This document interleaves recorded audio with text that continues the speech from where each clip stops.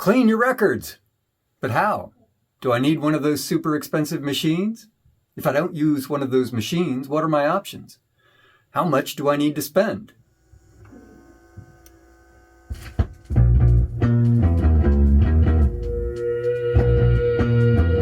Now, the bottommost line is I strongly recommend cleaning your records. You literally can go from a record that you might as well throw away because it sounds so bad to a really nice sounding record.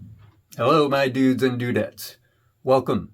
I hope you'll find this video informative and enjoyable. If you do, please subscribe. I'm shooting for 10,000 subscribers sooner than later, so please help me out. I'm talking today about record cleaning. What are the things you want to accomplish by cleaning? What are the methods and what do those methods accomplish? What tools are available? What methods do those tools use and how much do they cost? What is my own practice? What methods and tools do I use and how effective is my practice? Finally, this video was motivated by my receipt of one tool that the seller, a company called Vevor, gave me to evaluate and review. If you want to buy that tool, a 6-liter ultrasonic cleaner, you can use the link in the description. With that link, you'll get a 5% discount, and I'll get a 5% commission, or so they've said. In return for the cleaner and link, I agreed only to posting a video reviewing the Vevor ultrasonic cleaner. Vevor did not ask for, and I did not promise, a positive review. The ultimate goals of cleaning are 1. To improve your listening experience, and 2. To extend the useful life of your records. You want better sound that lasts. The ideal cleaning practice would both remove filth in the present and prevent fouling of your records in the future. If you're new to records, or at least new to cleaning records, I mean really cleaning them thoroughly, you might think such an ideal practice doesn't exist. If you're already familiar with cleaning records, you'll be nodding your head because you know that cleaning, done properly, need only be done once. You'll also know that a good cleaning can dramatically improve a record's sound quality. The ideal cleaning practice has 3 goals. First, remove the filth you can see on the record surface, filth including fingerprints, dust, hair, and spilled beer. Second, remove the filth you can't see from the record's grooves, filth including tiny dust particles and who knows what. You can't see it. Third, remove the static charge from the record so it's not a dust magnet and won't need to be cleaned again, except to brush off dust. And some would argue that even a light dusting isn't necessary for a properly cleaned, stored, and handled record. I enumerate 3 goals of cleaning because some methods can leave one or more undone. For example, if you clean a record as you would eyeglasses, with mild detergent and a lens cloth, the record will look clean, but you won't have removed anything small enough to sit down within the grooves.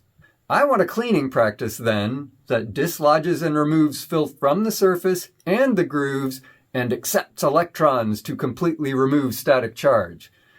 According to Google's AI overview, static charge on vinyl records is due to surplus electrons. I need a way to scrub not only the surface, but also all the way down into the grooves. I also need something to carry away and remove whatever I scrub off. However I do the scrubbing and removing, I don't want to introduce new filth, like filmy residue or mineral deposits. I also want the scrubbing and removing to neutralize existing static charge and not introduce new static charge. What methods can I employ to achieve these goals? Let's talk cleaning methods and materials. Various practices employ a relatively small number of methods and materials. Dislodging filth requires applying force to the particles composing that filth without damaging the vinyl surface of the record. The options are brushes and cavitation. With brushes, force applied to the body of the brush is transmitted to the tips of the bristles and from there to the undesirable particles I want to dislodge. The trick is to use a brush with bristle tips thin enough to reach down into those tiny grooves. Goat hair and carbon fiber are 2 common bristle materials. Also nylon. With cavitation, vibrations in the walls of a fluid container travel through the fluid. When those vibrations encounter a solid surface, they create an alternating low and high pressure at that surface. The low pressure encourages cavitation, that is, the formation of tiny bubbles of water vapor, and the subsequent high pressure encourages implosion of the vapor bubbles. Whereas cavitation bubbles form on solid surfaces, upon implosion, the force of the inrushing liquid hits that surface. Smaller particles make better nucleation points for cavitation bubbles, so the forces generated by implosions are more often directed against those smaller particles, and the particles are thus dislodged. While it's the implosions that do the work of dislodging filth, the cavitation gets the credit, since we call the whole process cavitation. Cavitation doesn't work well on filth in the form of films like greasy fingerprints, because those films don't provide favored nucleation points like small particles do. In college, I worked in a lab that used ultra-vacuum chambers. Once, I was directed to use an acetone-filled ultrasonic cleaner on parts from an old ultra-vacuum pump. Specifically, it was a diffusion pump, which sprays up hot oil so the oil droplets catch stray gas molecules that then fall back down into the pump with the oil. Over the years, the tainted oil had formed a thick, hard, black varnish on the various steel parts of the pump. After the ultrasonic cleaner screeched away for hours and the hot acetone vapors spread throughout the lab, that varnish remained fully intact. I eventually removed the varnish with abrasive pads. Good times! The point is that cavitation isn't the best method for removing all types of filth. Moreover, in some cases, cavitation is undesirable and destructive. Cavitation bubbles form adjacent to solid surfaces where and when pressure is low enough for the fluid to vaporize. One way to generate such low pressure is to move something sharp quickly through the fluid. Spin a propeller with sharp blades too close to the water surface, and/or nick the propeller blade and thereby create a sharp point. Cavitation bubbles formed by sharp places on propeller blades can implode against those blade surfaces and literally crater those surfaces. In unfortunate circumstances, cavitation reduces a new aluminum blade to a cratered nub in a few hours. Wait a minute. If cavitation can crater metal, surely it can also destroy something much softer, namely vinyl. That is a real concern. Just as the trick with brushes is to use bristles with thin enough tips, the trick with cavitation is to make small enough bubbles. Most ultrasonic cleaners available on the market to the casual consumer, including the type that I'm using, don't make bubbles small enough to fit within the grooves. Ultrasonic cleaners do use ultrasonic vibrations to create tiny bubbles. Maybe not tiny enough to fit down within the grooves, but nonetheless, pretty small. Now, another advantage of tiny bubbles is tiny forces generated by implosion of those bubbles. Still, just as scrubbing too vigorously for too long with a brush might eventually scar soft vinyl, scrubbing with cavitation too vigorously for too long might also have undesirable effects on our records. One advantage of brushes is that soft enough bristles will deflect when enough force is applied. Cavitation doesn't have a similar built-in force limiter. Can you use too much cavitation and damage your records? Probably. Maybe? How much is too much? I don't know. Does anyone know? Maybe not. If particles on surfaces can act as nucleation points for cavitation bubbles, what about particles suspended in the liquid? Can those act as nucleation points and thereby diminish the energy of bubbles that clean surfaces? Maybe. The answer seems to depend on something, maybe particle size and/or shape, but the precise answer is apparently unknown. Once undesirable particles have been dislodged, I want something to carry them away so they don't just redeposit on my records. Generally, I can use a fluid for this purpose. Will water work? Say distilled water so that it doesn't leave behind mineral deposits when it evaporates? Pure water, at least without the aid of ultrasonic vibrations, doesn't fit into the small grooves. By doesn't fit, I mean that the surface tension of water on vinyl doesn't allow the water to penetrate the grooves. Plain water isn't very good at getting vinyl wet. To fix that problem, to make the water better at getting the vinyl wet, I can add a surfactant. Soap and detergent are surfactants, and some people claim good results with Dawn liquid detergent. Soap and detergents are surfactants, and some people claim good results with Dawn liquid detergent. For reasons I won't pretend to understand and can't find explained, the non-ionic surfactants called Turgitol and Triton X100 provide the best results. Unfortunately, Triton X100 is banned in the EU. I bought a 100 milliliter bottle on Amazon 5 years ago. During my latest round of cleaning hundreds of records, I've noticed the level in the bottle is below half full. The specific item I ordered 5 years ago isn't available anymore, but the same stuff sold by someone else is $18 for 100 milliliters. I couldn't find any Turgitol sold in concentrated form on Amazon. I'll talk about my recipe later. Some experts disagree regarding the necessity of surfactant in ultrasonic cleaners. Some say yes, but others say emphatically no.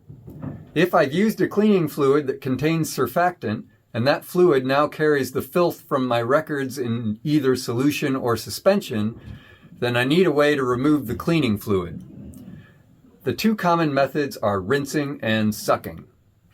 For rinsing, I want something that won't leave behind a residue when it dries, so only distilled liquids, namely water and alcohol, will do. I wouldn't want to soak my vinyl records in a liquid containing a large fraction of alcohol because the plasticizers in the vinyl can dissolve in alcohol. However, some alcohol does make the liquid better at wetting the vinyl. Some advocate strongly for the use of strong vacuum cleaners to suck the fluid out of the grooves and off the record, and vacuums are commonly used by record cleaning machines. I should also mention drying. If I've used a vacuum strong enough to remove all cleaning fluid, then further drying is unnecessary. If I've used a rinse, then I might be satisfied with air drying, but I might want to wipe off most of the rinsing fluid first. Anything used to wipe the record should be lint-free. More on that later. I could also blow dry the record, I suppose, if I don't use air that's hot enough to melt or warp the vinyl. To summarize, the methods involved in cleaning vinyl records are the following: brushes and cavitation to dislodge filth, fluid, perhaps containing surfactant, to carry away filth, vacuuming or rinsing to remove filthy fluid, towels, blow dryers, and simple air drying to dry. All of the machines and DIY processes for cleaning records use some combination of these methods. Wait, did I say all? At least one person out there is busy typing, "What about glue?" And yes, some people use glue to clean their records. I'll go ahead and describe the practice fully to get it out of the way and never mention it again. The practice is as follows. Spread glue, that is, white glue or wood glue, to evenly cover the record surface. Allow the glue to dry. Peel off the dried glue. Supposedly, the glue effectively adheres to filth, but ineffectively to vinyl. The dried glue, when peeled away from the vinyl, will take all the filth as well. What about oily films? Glue doesn't stick to oily surfaces very well, does it? No, I don't think so. So oily filth could be a problem. What about the surface tension thing? If pure water doesn't penetrate the grooves, won't glue have the same problem? I don't know, but yes, that sounds like a problem. What if the glue doesn't peel off neatly? Yes, bits of glue that might not peel off with the rest do sound problematic. Let me be clear then. I do not recommend using glue to clean records. I only mention it because some people do recommend it. I don't. Let's talk about record cleaning tools. The tools that I can buy for cleaning records range from, on the one hand, a jug of distilled water for less than $2 to, on the other hand, fancy machines that cost several $1,000s. The fancy machines generally do the whole job in one go, easy peasy. Hell, for as much as some of these machines cost, they should do something else too, am I right?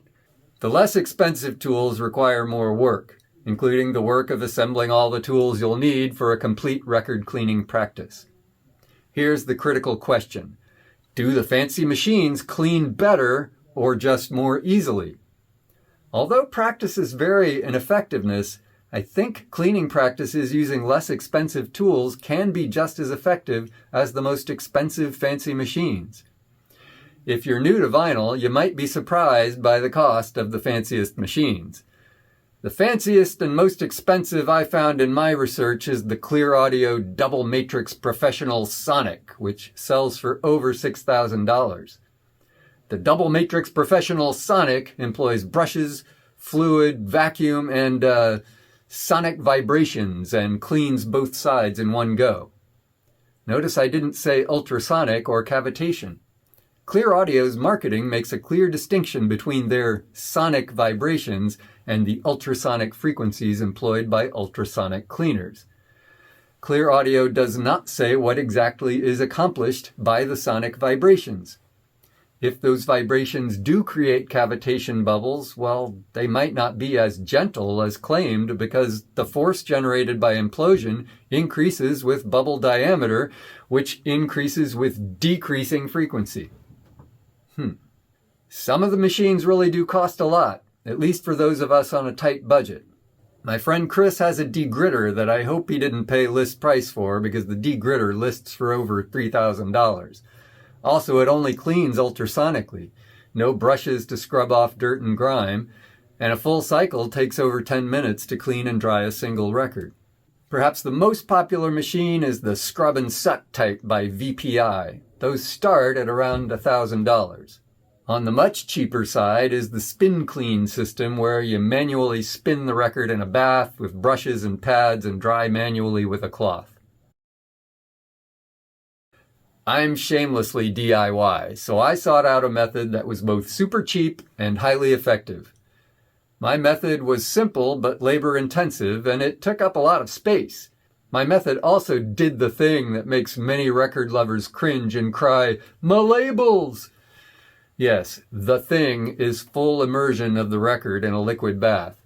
I used 2 large, shallow dishes made to hold and catch the drips from large potted plants.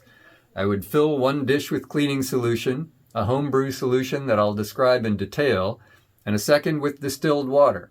In the first bath, I would scrub each side of the record with a goat hair brush. Goat hair is soft and fine enough to get into the grooves.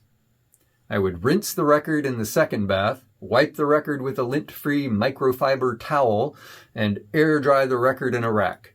Some advise adding alcohol, either ethanol or isopropanol, to the rinse bath so that the rinse will better penetrate the grooves.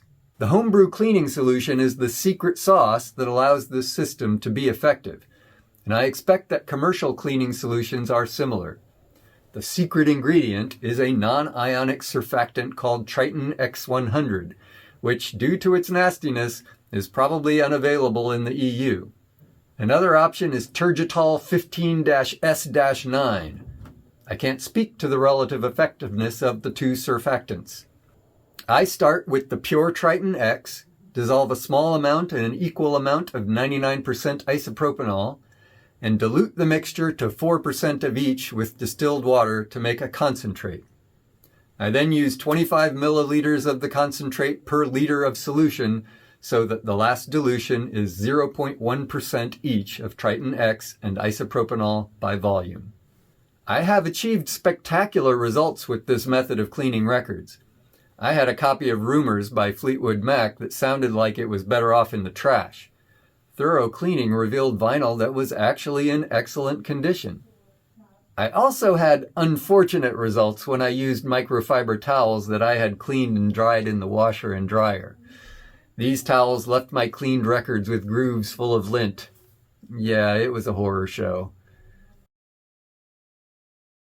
Recently, I was contacted by a company called Vevor and asked to review a free sample of their record cleaning machine. Who the heck is Vevor, you may ask? I had never heard of Vevor, but they appear to sell just about everything, even marginally related to home improvement. You can find some pretty obscure items on their website. Don't know where to find an automatic door for your chicken coop? Try Vevor. Seriously. Vevor also sells ultrasonic cleaners packaged with add-ons designed for a variety of applications. One such package is for cleaning records.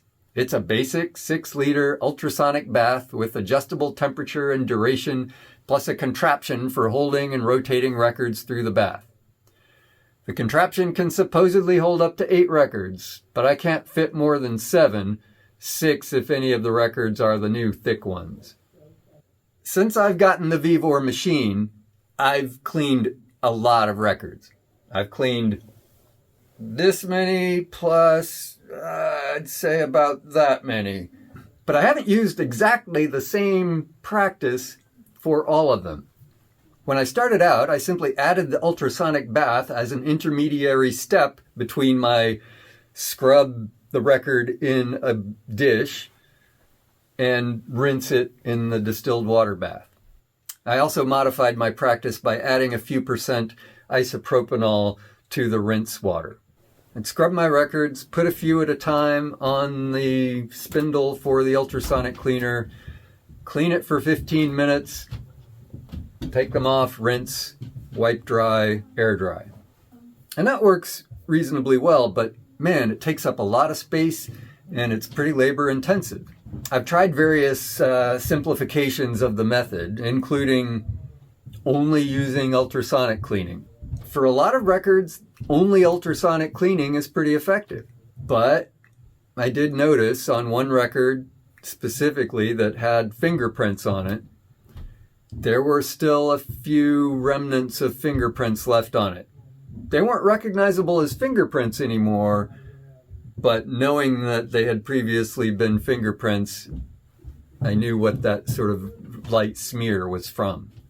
My practice has since evolved to using the rotating thing through the cleaning bath to hold a brush and do some light scrubbing as it rotates without the ultrasonic on. And then, having done that for some number of records, putting all of them in the ultrasonic bath and doing the ultrasonic part for some minutes. How many minutes? I don't know. I've played with everything from as many as 15 to as few as 3. And honestly, I can't really tell for sure a big difference between those two. What I do seem to detect a bigger difference from is how dirty the fluid is, how long I've waited. Now, if I do my scrubbing in a separate bath first and then go to the ultrasonic, that fluid in the ultrasonic bath will last a lot longer before it gets filthy. But then I still have the 3 baths instead of just 2. I've come up with some really nice results with this.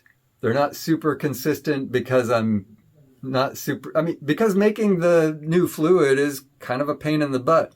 It's a 6-liter container, so I got to make about 6 liters every time I replace the fluid. It'd be nice if it were only 4, but it is 6.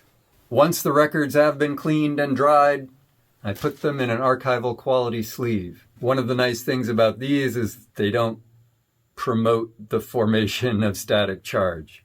They are compatible with the vinyl to the degree that the two surfaces rubbing against one another don't result in static charge of both things. It's also how I keep track of which records I've cleaned.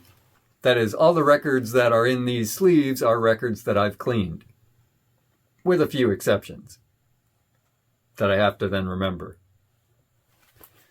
Oh well. No system is perfect, I suppose. I have gone a bit down the rabbit hole of how to best clean records.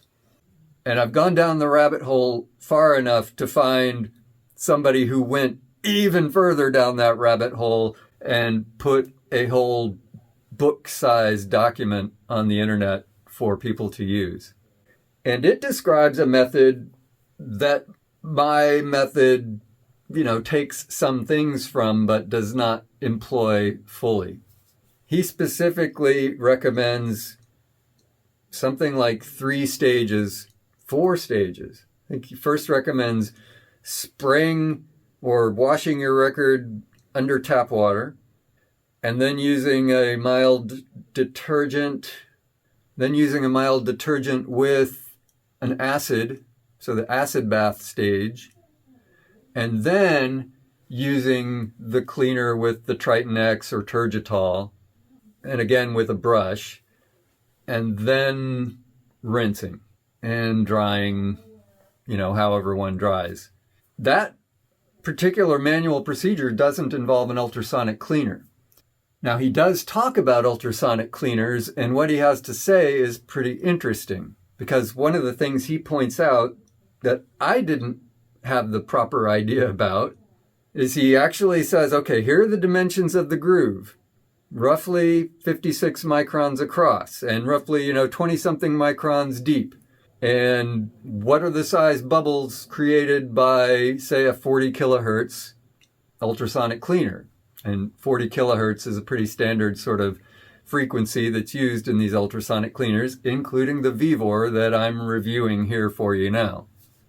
That 40 kilohertz is not high frequency enough to create bubbles small enough that actually fit inside the grooves. Rather, they'll form just outside the grooves. And what you're then getting to clean is the little jets formed by the implosion of those bubbles are directed into the grooves and dislodge particles that way. So you're not getting the actual bubbles in there, which is maybe a good thing given the kinds of damage that cavitation can do. You're only getting the jets after they've gone, tens of microns distance or something like that. He also talks about how do you know when your records are really clean? Well, obviously you just put them under magnification and look, right? Well, the problem is, and I believe him, he goes into quite detail about this. If you look online for images showing you the insides of grooves on records, they are all made with electron microscopes. And that's for a good reason. That's because the wavelengths of the little oscillations and the sidewalls of the grooves get to short enough wavelengths that they are shorter than the wavelengths of visible light. And so by definition, you can't see them with visible light. You actually do need an electron microscope to see them at all. I don't know about you, I don't have an electron microscope, nor do I know anyone outside of a university setting that has one. So you're going to use a couple of methods maybe to evaluate your cleaning methods. How clean are your records? Now, one is ultraviolet light. If your dust particles are fluorescent, that is, they absorb ultraviolet light, that is light with wavelengths too short for us to see, and emit visible light, then you can see the stuff. But again, you're not going to be able to see anything small enough to fit down into the grooves. So something like an ultraviolet light, like a black light, is only going to reveal visible size stuff. So it's essentially a proxy for how clean the insides of your grooves are. And you might figure, well, if the ultraviolet light shows up a lot of visible dust, then there's probably a lot of also invisible micro stuff as well. But ultimately, then, you're going to evaluate how well you've cleaned your records with your ears. How much better does the record sound when you play it on your turntable? That's not always going to be a reliable indicator of how clean the record is, because multiple plays, especially of a dirty record, with a dirty needle, are going to actually damage the grooves and leave behind clicks and pops that are never going to be removed by any amount of cleaning. And so you can perhaps judge best how clean your records have been made with a brand new record. And once you go down this cleaning rabbit hole, you get to where, especially once you've seen some of the images, and I'll share some of those with you, of the actual damage done to the grooves in records, you might not ever want to play a record that you buy before you've cleaned it. Now, some people will tell you that a brand new record is as clean and pristine as it's ever going to be. And I'd say, oh, really? So you think records are made in clean rooms? Because records are not made in clean rooms. Records are made by real humans in potentially dusty environments. And so records, brand new records, are typically going to be pretty dusty.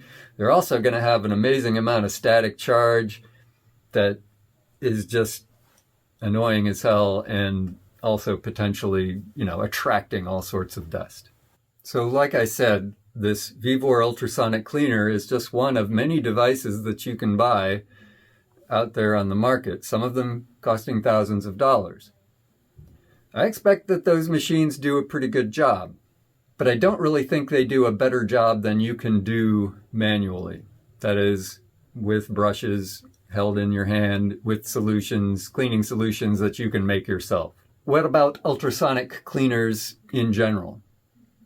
Well, they can be pretty effective, and I think the Vevor is generally pretty effective at cleaning records. It's not super effective at removing greasy smudges like fingerprints, but it does seem to be pretty effective at removing just about every last bit of dust, because some of the records that I pull out, they are just pristine looking. Some of the fancier ultrasonic cleaners employ multiple frequencies, maybe pulsed, and maybe that's a good thing. I don't really know. Specifically then, what do I think of the Vevor? I think it provides a good tool for cleaning records. It doesn't come with instructions.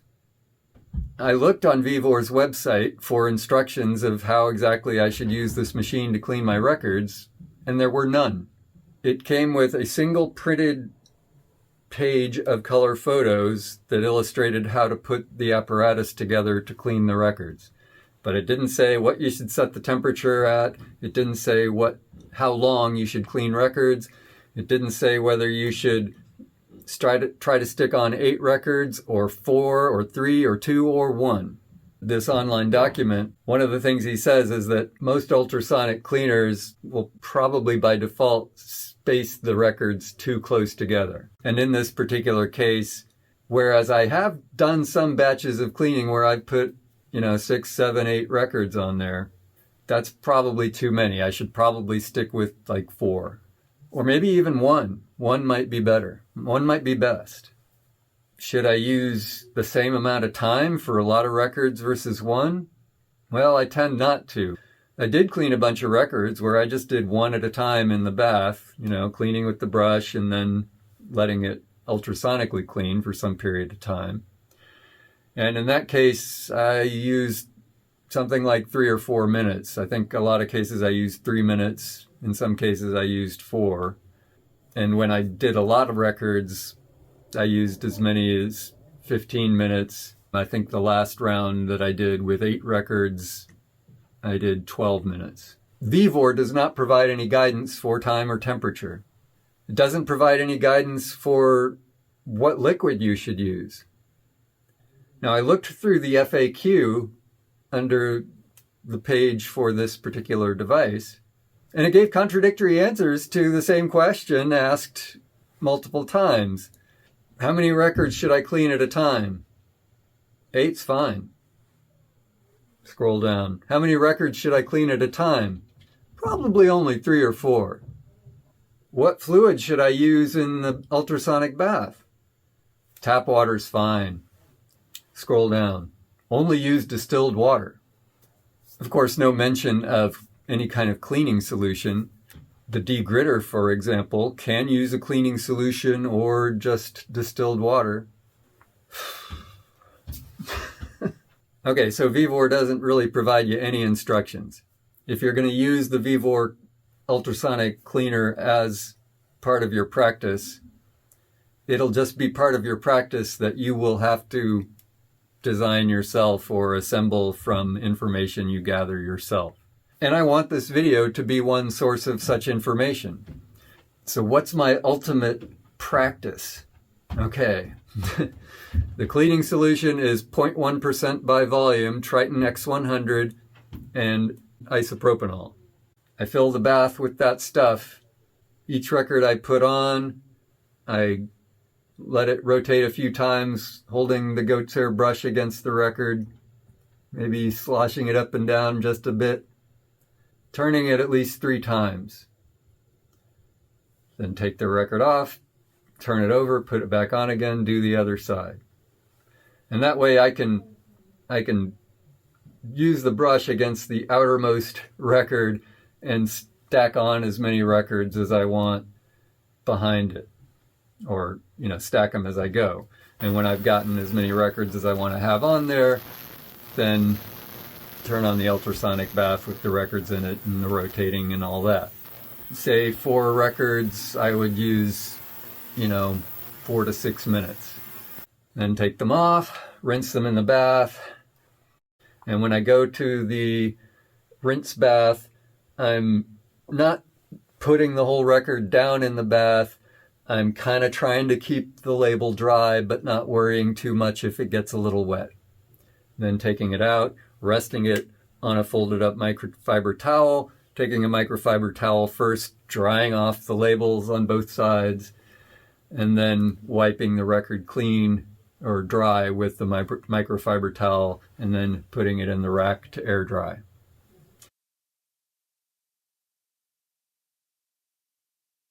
Like I said, the cleaning solution, 0.1% isopropanol and 0.1% Triton X. Rinse bath is mainly distilled water with a few percent isopropanol. And when I say a few percent, I've been putting in something like 30 to 60 milliliters, depending on how full I fill the bath. So real ballparking it there. It's enough isopropanol that the liquid smells like alcohol, but not super strongly of alcohol. How long do I use the bath, or how many records do I clean with the bath before replacing the fluid? I don't know. Probably when the solution becomes a bit cloudy, you should replace it. And why exactly should you replace it? In part because the little particles in the fluid can serve as nucleation points that'll reduce the amount of energy expended cleaning your actual record. And that's the best answer I can come up with for that. How many records? It depends on how dirty they are. How cloudy is too cloudy? I don't know. I've probably overdone it a bit on letting it get too dirty. Can you filter out that stuff? Yeah, you can try, but probably not really.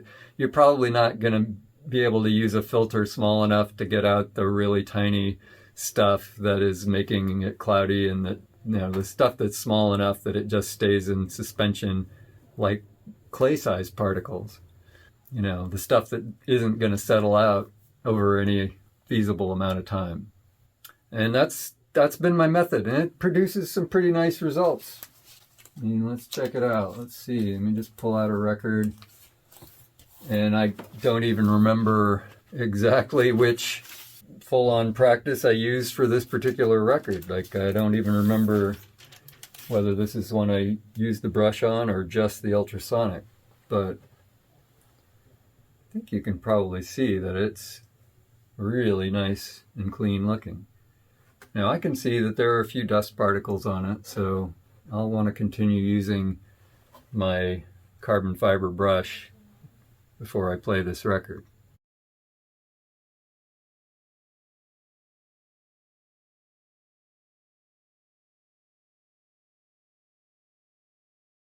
I can tell this is one I've held down in the bath because the label is a little bit bubbly. Not big bubbles, but little bubbles. And so, getting your labels wet will damage them a bit. So if you're really persnickety about that kind of thing, you can get the sealed things that, from Amazon. They're not super cheap either, but you can get them, put them on there, and protect the labels completely. I don't bother, because labels are labels and don't affect the sound. And seeing the damaged label, I know that I cleaned it. I'm not saying it's silly to be concerned with keeping your labels pristine. Not saying that. I'm just saying that for me, I don't care enough to worry about it. Again, the practice that I've arrived at by the end of cleaning all these hundreds of records is generally keeps the labels mostly dry, A few of them still pick up a little bit of damage, though. It's not like the labels are floating off of the record. The labels aren't coming off. That's good enough for me. So let me sum up on a few points. You've got brushes, cavitation, cleaning solutions, rinse baths, drying methods like cloths and vacuums. And all of these can be effective. If you really want to go all the way down this rabbit hole, I do recommend the document because it's the most thorough thing that I've read and seems to be the most based in review and evidence. I don't use all of the steps outlined in that practice.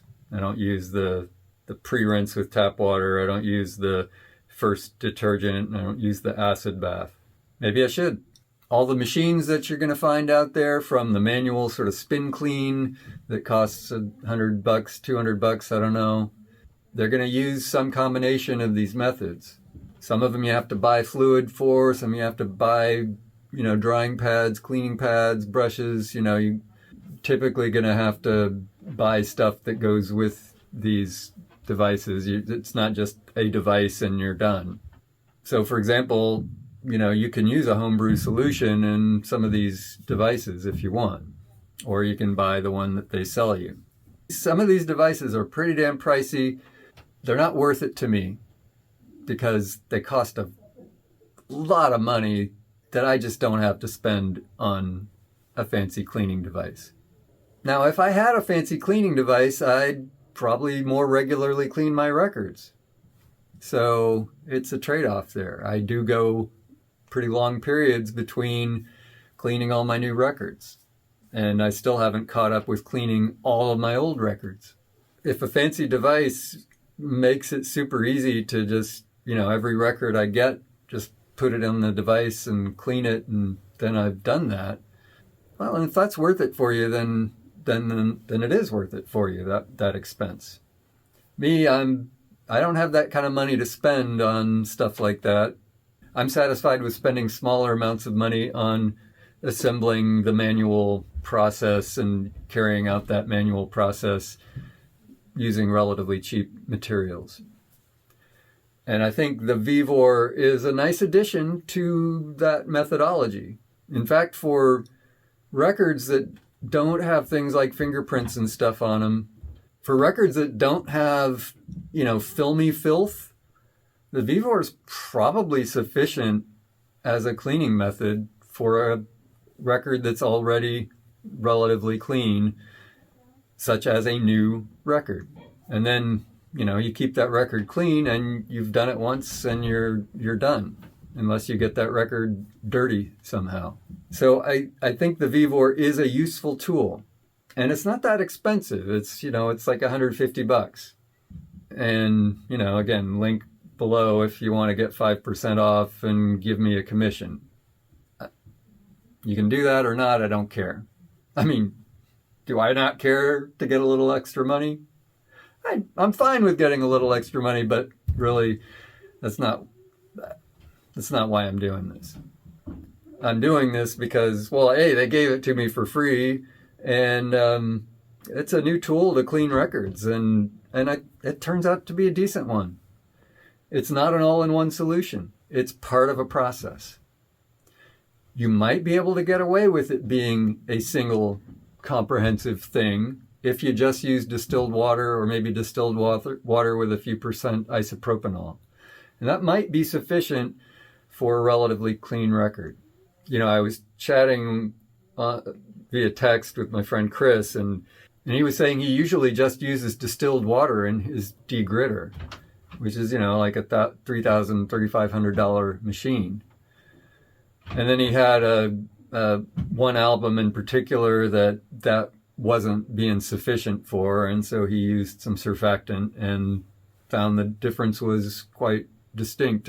But I think he had another whole tank of distilled water to do distilled water after he did a round of cleaning with the solution, the surfactant. I think in his case he was using the TurgiClean, which is a blend of different types of Turgitol. TurgiClean is a proprietary blend of non-ionic surfactants, which are both types of turgitol. I think 15S9, but also another. Now the degritter does a whole drying cycle as well. So again, the Vevor is going to do something similar to what the degritter does, but you got to get your own device to either keep the label dry if you want. You got to do your own thing with the rinsing, unless you want to change out the bath each time, and that's a pretty laborious process. But you could do it. You could clean a record in the solution, completely drain it, refill it with distilled water and a little bit of isopropanol, do a rinse, and then do your drying. That's a lot of work, especially if you're trying to batch clean some records. So I think the Vevor is a decent solution for us DIY types who want an extra way to just get all the stuff off. And the ultrasonic bath is pretty good at that. I mean, the records come out sort of a different level of pristine clean. And for that, it's pretty nice. Now, the bottommost line is I strongly recommend cleaning your records. Cleaning your records will make a big difference in how good they sound. It really will. It'll make a huge difference, especially if you buy a lot of used records that have checkered histories, right? You get a record that's filthy and you thoroughly clean it, it will sound a million times better. And by a million times, I mean, you literally can go from a record that you might as well throw away because it sounds so bad to a really nice sounding record. And I have direct experience with that, my copy of Fleetwood Mac's Rumors. I will also say that having this Vevor cleaner has motivated me to clean a lot of records. Now, part of that motivation is that I did promise them that I would do a review. And so I wanted to clean a lot of records in order to have some number of records that I could evaluate based on and try some different things to see how well the different kinds of methods did. I'm sorry if I can't offer to you a definitive, yes, this is exactly the way to do it, because ultimately I don't have an electron microscope and can't check. And the cleanliness of the solution that I use is probably making a big difference, between the first record and the last record that I clean, probably making a bigger difference than if I do brushing and ultrasonic. I did some records, and in particular I listened to one record that I thought I had cleaned ultrasonically, but I had only done manually some time ago. And I was like, a little more pops and clicks than I'd like to hear after just putting it through ultrasonic cleaning. And I realized that I had not cleaned that one, and I put on, this was a record by the Shins, so I put on another record by the Shins that I had just cleaned with the ultrasonic, and it sounded a lot better. Or at least it sounded significantly better, significantly less noise. And so I then did clean that other record that I played that I'd heard more noise on. I did clean it with the ultrasonic bath and listened to it again, and I can't really say that I heard a difference between before and after. It seems likely that whatever pops and clicks I was hearing in that record are permanent. Well, that's kind of all over the place, but I think I'm done. I hope you got something out of this video. Clean your records. It's really worth it. Whether you use just a goat's hair brush and some homebrew solution, or use an ultrasonic cleaner, or both, it can make a really big difference in how good they sound. Do highly recommend it. Have a good one, everybody, and I'll talk to you later.